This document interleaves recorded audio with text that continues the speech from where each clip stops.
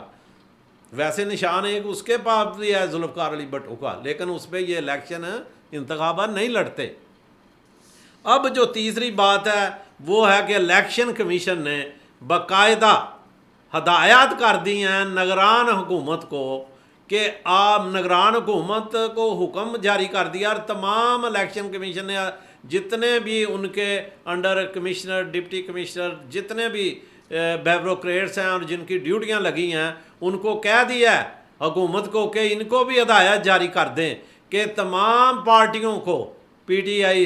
سمیت بشمول P T I تمام پارٹیوں کو جو ہے وہ لیول پلینگ فیلڈ دی جائے، یہ ہدایت جاری کر دی ہیں۔ اب جن کے دل میں کجی ہے، جن کے دل میں شک و شبہات ہیں، وہ تو یہ بھی کہیں کہ لو جی یہ کون ہے جی ہدایت ہے، جیسے وہ منصور ہے وہ کرتا رہتا ہے منصور علی جو میرے اتنے بڑھا دیں اور اتنے ہو گئے ہیں، وہ آج کل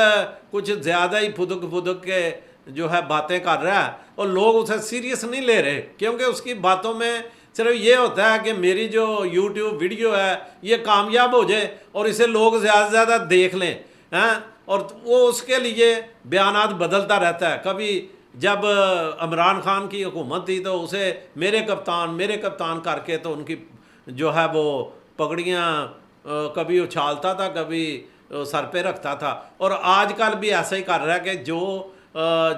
باتوں سے اس کی ویڈیو دیکھی جائے اس کو شور شرابہ کیا جائے۔ وہ بھی کہہ رہا تھا جی الیکشن کمیشن کون ہوں ہدایت دین والا، ہدایت دین والے تو ہور نے، وہ دین گے تو پتہ لگے۔ بھائی ہو سکتا ہے کہ جو تمہارے مائنڈ میں ہو ساری ہدایات جدھر سے آنی ہیں ادھر سے ہی آ رہی ہوں، یہ بھی تو ہو سکتا ہے نا۔ آپ الیکشن کمیشن کو کیوں ایسا کہہ رہے ہیں جو ملک کا انتخابات کرانے جا رہا ہے اس کو شک و شبہات کے اندر؟ لگتا ہے آپ کے بھی سپریم کورٹ کی طرف سے کوئی آرڈر آئیں گے تو جو ہے عدالت توہین عدالت کے، تو پھر ذرا آپ کنٹرول لیول پہ بات کریں گے۔ آج کل آپ زیادہ جو ہے نا وہ باتیں جو شوشے زیادہ چھوڑ رہے ہیں، اور کبوتر آپ کہتے ہیں میرے کبوتر جی میں کبوتر باز ہاں، میں کبوتر پالے ہوئے نے، کبوتر باز ہاں جی، میں کبوتر اڑانا جی، میرے کو کبوتر اڑتے ہیں تو مینوں لیا کے رپورٹاں دندے نے۔ یہ باتیں نہیں، کبوتر سب کے پاس ہی ہوتے ہیں، کبوتروں سے بھی اوپر بہت کچھ ہوتا ہے لوگوں کے پاس۔ باز بھی ہوتے ہیں جو تمہارے اڑائے کبوتروں کو اوپر سے جبٹ لیتے ہیں، پکڑ لیتے ہیں، بس اتنا ہی کافی ہے تمہارے لیے، سمجھ گئے ہو کہ وہ باز کون ہے، کتنے چھوڑے ہوئے ہیں۔ تو یہ کبوتر شبوتر والی کوئی بات نہیں ہے۔ تیسری بات یہ ہے کہ عمران خان صاحب نے جو ہے وہ 3 حلقوں سے، راولپنڈی سے، میاں والی سے، لاہور سے الیکشن لڑنے کا فیصلہ کیا ہے۔ حالانکہ توشہ خانہ کیس جس میں ان کو نااہل قرار دیا گیا ہے اس کا ابھی فیصلہ نہیں آیا، اس کے اوپر جو بات ہو چکی ہے اس پہ ابھی تک فیصلہ نہیں آیا، اور بشرا بی بی اور عمران خان کو دوبارہ سے جو ان کے متعلق فیصلہ تھا اس کے لیے پھر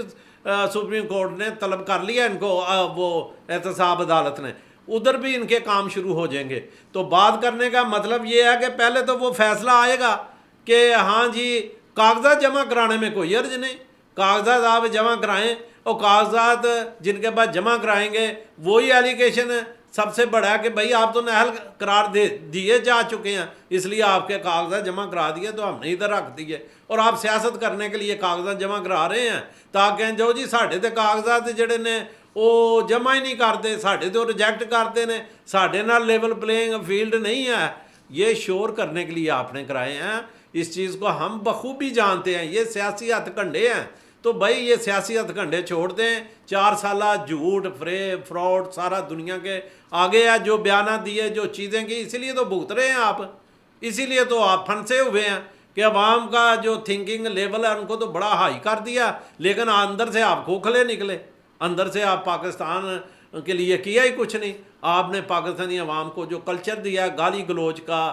دھینگا مشتی کا، ہیج مالو ڈانس کرنے کا، گانے کا، یہ کچھ باتیں دی ہیں وہ ساری بند ہو گئی ہوئی ہیں۔ اور جو لوگ کہتے تھے کہ پاکستان کی پاک فوج یا پاکستان جو ہے وہ ریڈ لائن ہے، وہ ریڈ لائن چھوڑ کے آپ کے بندے کہہ رہے تھے کہ عمران خان بھائی آپ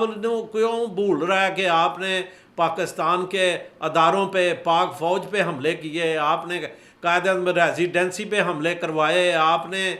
جو ہے وہ جلاؤ گراؤ اور تباہیاں مچائیں، اور پاک فوج کے شہداء کی یادگاروں کو تباہ کیا، آپ نے ایم عالم کے جہازوں کو تڑوایا جن نے پاکستان کو سن 65 میں فتح دی تھی، وہ ساری چیزیں آپ نے کی ہے۔ تو ڈونلڈ ٹرمپ جو امریکہ والا ٹرمپ ہے اس کو تو ان نے جو ایک ریلی نے حملے کیے تھے اس میں سنا دی سزا کہ یہ الیکشن نہیں لڑ سکتا، یہ نااہل ہے۔ تو آپ جاپان کے پاکستان کے ڈونلڈ ٹرمپ ہی ہیں اور کیا ہیں، بھائی ایسے ہی ہیں، کوئی ملتے جلتے دونوں ایک جیسے ہی ہیں۔ تو بھائی یہ تو پتہ چلے گا کہ آپ کے کاغذات جو ہیں وہ جمع ہوتے ہیں کہ نہیں ہوتے، وہ تو وقت بتائے گا۔ آپ کے اوپر بہت سے ایلیگیشن ہیں، وہ حل ہوں گے تو پھر ہی کوئی پتہ چلے گا کہ کیا ہو رہا ہے اور کدھر جا رہا ہے۔ تیسری بات میں یہ کہوں کہ لوگ یہ بھی آج کل بڑی باتیں کرتے ہیں کہ کون سی پارٹی جیتے گی، کون سی ہارے گی، میں کل ایک پارٹی میں گیا ہوا تھا تو وہاں بیٹھے ہوئے تھے تو گفتگو ہو رہی تھی، تو بات یہ ہے کہ یہ سیدھی سادھی جو میرا انالیسس ہے نا، یا میرا ذاتی سیاسی تجربہ یا صحافتی تجربہ ہے، وہ تو یہ کہتا ہے کہ پاکستان مسلم لیگ نون جو ہے وہ واضح اکثریت سے حکومت بنانے کے لیے متوقع سیٹیں جتنی انہیں چاہیے نا وہ حاصل کر لے گی، ٹھیک ہے، اور میاں نواز شریف وزیر اعظم پاکستان بننے جا رہے ہیں۔ یہ تو میرا تجربہ کہتا ہے کہ کوئی روک ہی نہیں سکتا، یہ قدم اب نہیں رکیں گے۔ اب لوگ اپنا جو ہے وہ جو ظلم و تشدد اور مہنگائی کی چکی میں پسے ہوئے ہیں، ان کا مسیحا نواز شریف کی صورت میں انہیں نظر آ رہا ہے، اور وہ ٹھپے پہ ٹھپا لگائیں گے میاں نواز شریف کی پارٹی کے، تو وہ ہو گیا واضح۔ لیکن اگر اندازے سے بات کی جائے تو 172 سیٹیں تو یہ بڑی آسانی سے پورے ملک سے حاصل کر لیں گے، خاص کر پنجاب سے۔ اور استحکام پاکستان جس پارٹی کا ذکر ہی نہیں لوگ کرتے، وہ نئی پارٹی جو وجود میں آئی ہے، وہ آپ یہ بھی کہہ سکتے ہیں کہ پی ٹی آئی کے ہی سارے تقریباً لوگ ہیں، تو ان نے عمران خان کے خلاف عدم اعتماد کر دیا ہوا تھا۔ وہ عدم اعتماد کی پارٹی کہہ لیں اسے، وہ پارٹی جو ہے وہ ہے پی ٹی آئی کے لوگ ہیں سارے، اس کے چیئرمین بھی، اس کے صدر بھی، اس کے دوسرے بھی سارے عہدیدار، لیکن وہ پارٹی جو ہے وہ آ رہی ہے جس طریقے سے، وہ اس کی باتوں سے جو ہے وہ تسلیم نہیں کرتی، وہ عمران خان کو تسلیم نہیں کرتی۔ اس نے جو ملک کے خلاف دہشت گردی اور مختلف ذہن لوگوں کا بنایا اور بغاوت کرائی، اس چیز کے خلاف ہے، اور وہی لوگ جو ہیں وہ استحکام پاکستان کے نام سے کہ ہم تو پاکستان کو استحکام بخشیں گے، ہم اسے اسٹرانگ کریں گے، ہم بے وطن ہیں، ہم وطن کے ساتھ محبت کرتے ہیں، ہم نے محبت کرنے والوں کی پارٹی بنائی، تو وہ پارٹی بھی پنجاب کے اندر میرے اندازے کے مطابق 20 سے 25 سیٹیں تو نکال لے گی ایم این اے کی، ٹھیک ہے جی، 20 سے 25، ظاہر ہے اس میں کچھ نون لیگ کو بھی نقصان ہوگا، لیکن کچھ سیٹوں پہ اس کی نون لیگ سے ایڈجسٹمنٹ ہے، پاکستان مسلم لیگ نون سے، تو لیکن وہ سیٹیں 20 سے 25 نکالے گی، اور جو پنجاب کی سیٹیں ہیں صوبائی اسمبلی کی، وہ بھی تقریباً 35 سے 40 سیٹیں وہ لے جائیں گے، تو پنجاب میں بھی وہ حصے دار بن جائیں گے، اور قومی اسمبلی میں بھی وہ میاں نواز شریف جب ایڈجسٹمنٹ کر رہے ہیں تو ظاہر بات ہے کہ میاں نواز شریف اگر 172 سیٹیں لے بھی جاتے ہیں، وہ پھر بھی ان کو حکومت میں شامل کریں گے، کیونکہ وہ اصولوں والے ہیں، وہ بات کے پکے ہیں اور سچے ہیں، تو اس لیے ان کو ساتھ ملایا جائے گا۔ رہی پیپل پارٹی کی بات، تو مجھے تو یہ بھی میرا دل جو ہے وہ یہ بھی کہتا ہے کہ آخر میں زرداری جو سب کے ساتھ مل جل کے روادرانہ طریقے سے چلتے ہیں، روادرانہ طریقے سے، تو میاں نواز شریف سے کے خلاف یا پیپل پارٹی نے ابھی تک تو کوئی ایسا ماحول نہیں قائم کیا، زرداری صاحب کی حد تھا کہ سلجھے سیاستدان کی کہ وہ کوئی ایسا ماحول نظر آ رہا ہو کہ وہ حکومت میں نہیں جائیں گے، وہ اپنے سندھ کے اندر پہلے جیسی سیٹیں تو نہیں لے کے جائیں گے، لیکن سندھ جو ہے وہ انہی کو ملے گا، واضح اکثریت انہی کی ہوگی سندھ میں، اور اسی طرح بلوچستان میں بھی اب ماحول دینے والوں نے ان کو دے دیا ہے کہ بھی آپ بھی بنائیں اور نون لیگ بھی بنائے، تو ہو سکتا ہے کہ بلوچستان میں جو ہیں وہ 30% نہیں، میں کہتا 40% اور 60% والا کوئی ماحول ہو اور کچھ آزاد ہوں، تو اس طرح وہاں بھی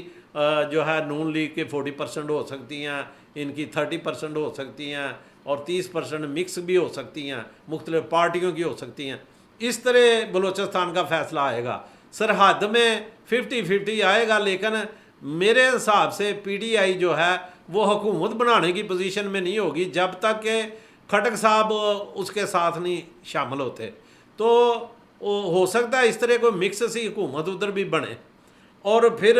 پنجاب میں جو ہے وہ بھی استحکام پاکستان اور نون لیگ مل کے بنا سکتی ہے حکومت، اگر واضح طور پہ نون لیگ اپنی اکثریت سے بھی سیٹیں جیتے پھر بھی وہ استحکام پاکستان پارٹی کو ضرور شامل کریں گے، یہ میرا انالیسز ہے، میں کہہ رہا ہوں آگے تو دیکھیں مخلوط حکومتیں شروع سے بنتی آئی ہیں، بنتی رہیں گی، اگر استحکام ہوتا ہے پاکستان کو، اگر مضبوطی ملتی ہے تو سب کو سینے سے لگائیں،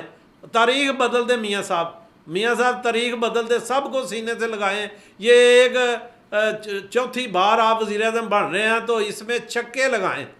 کیا چھکے ہوں؟ شرافت کے چھکے. شرافت کی سیاست آپ کی ہوتی تھی، اور جو سیاسی تجربات ہیں اس کے چھکے، اور پھر ملک کی ترقی کے چھکے. اور ملک واقعی جو ہے وہ دنیا میں نظر آئے سب کو کہ پاکستان جو ہے وہ اس کو IMF کی ضرورت نہیں. پاکستان میں روزگار اتنا زیادہ ہوگا کہ پاکستان کی قوم خوشحال ہو جائے گی، اور پاکستان کی قوم ہمیشہ کے لیے اعتماد کرے گی کہ یہ سارے لوگ اچھے ہیں جن نے 16 مہینے کی بھی حکومت بنا کے تو ملک کو بچایا. تو اب ملک کو سنواریں گے بھی یہ، اور ملک کو ایٹمی قوت بھی آپ نے بنایا. تو میاں صاحب آپ کے لیے میری یہی درخواست ہے کہ چھکے لگائیں، شرافت کے چھکے لگائیں، لوگوں کے ساتھ محبت کے چھکے لگائیں، کامیابیوں کے.